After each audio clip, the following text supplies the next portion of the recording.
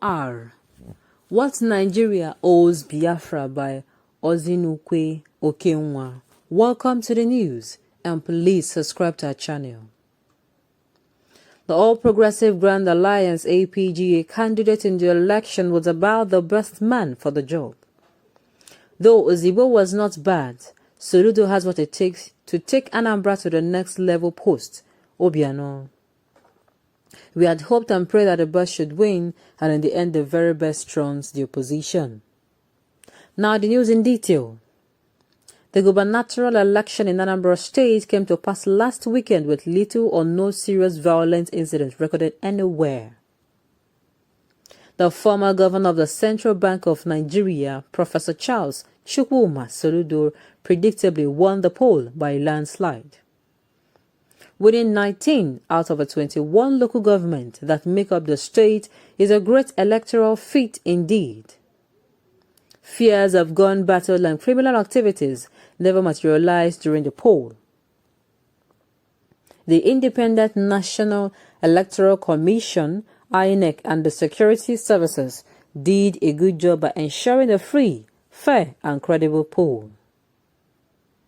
The All Progressive Grand Alliance APGA candidate in the election was about the best man for the job. Though Ozigbo was not bad, Soludo has what it takes to take Anambra to the next level post Obiano. We had hoped and prayed that the best should win, and in the end the very best trumps the opposition.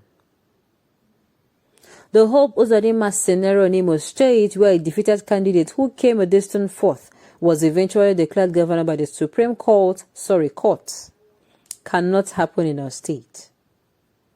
The PDP Valentine Ozigbo is a gentleman who would not want to use justice to achieve what he lost at the polls. The APC and Uba might try his luck emulating Uzodinma, but he would fail. Anambra State is not Imo State, where politicians of fortune with questionable credentials and characters hold sway. Prior to the election, the news from the southeastern region of the country was terrifying. Daily news of violence, arson, killings, and destruction of public and private property circulated online. The Igbos were terrified and horrified by warlike crimes being perpetrated with impunity by both the invading federal forces and their non-gunmen. President Muhammadu Buhari and his handlers thought probably that deploying a disproportionate force into the volatile region would tame the explosive situation, but the reverse was the case.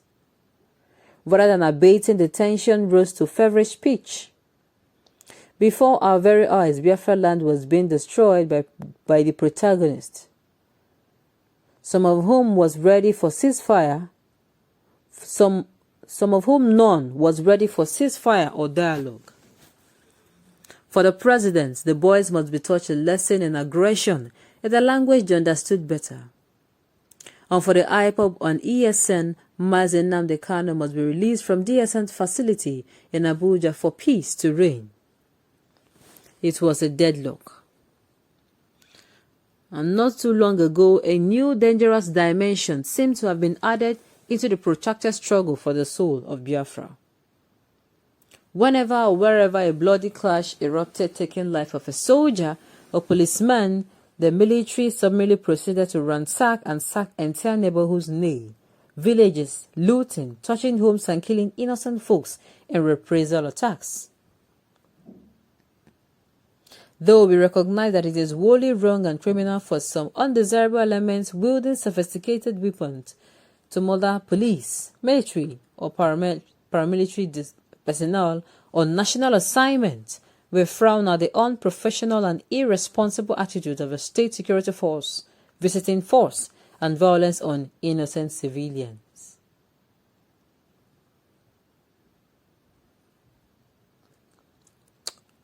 The unknown gunmen, that it is wholly wrong and criminal for some undesirable elements wielding sophisticated weapons to murder police, military or paramilitary personnel on national assignment, will frown at the unprofessional and irresponsible attitude of the state security forces visiting force and violence on innocent individuals.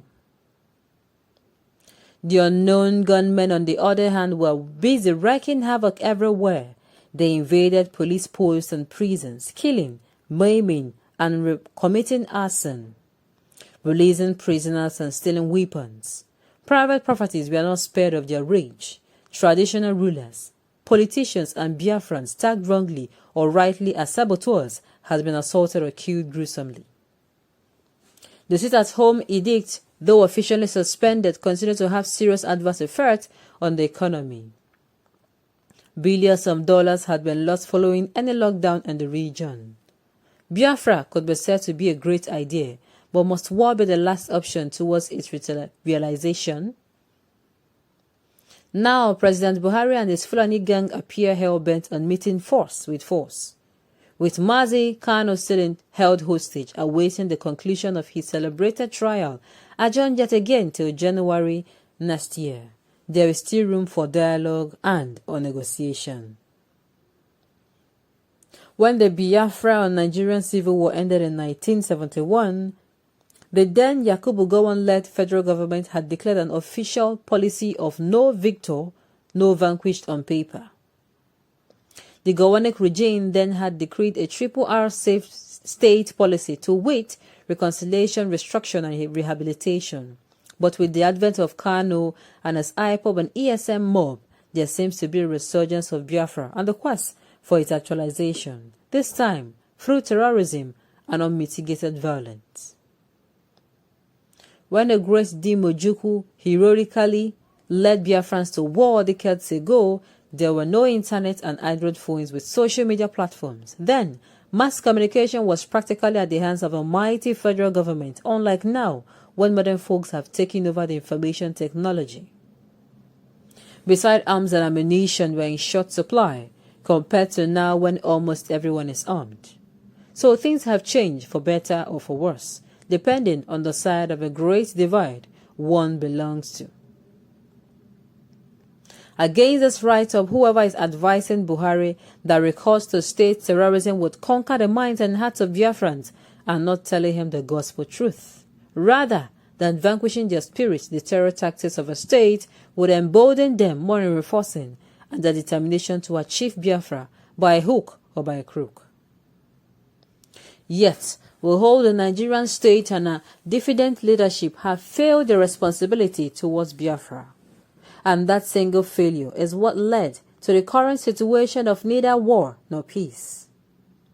How do you explain to our children and the next generation that's close to half a century after the Civil War, or call it a pogrom if you like, reconciliation, rehabilitation, and construction remain criminally a pipe dream? On this note, we have come to the end of the news. We say thank you for tuning in to listen. Until I come your way next time, enjoy the rest of the day.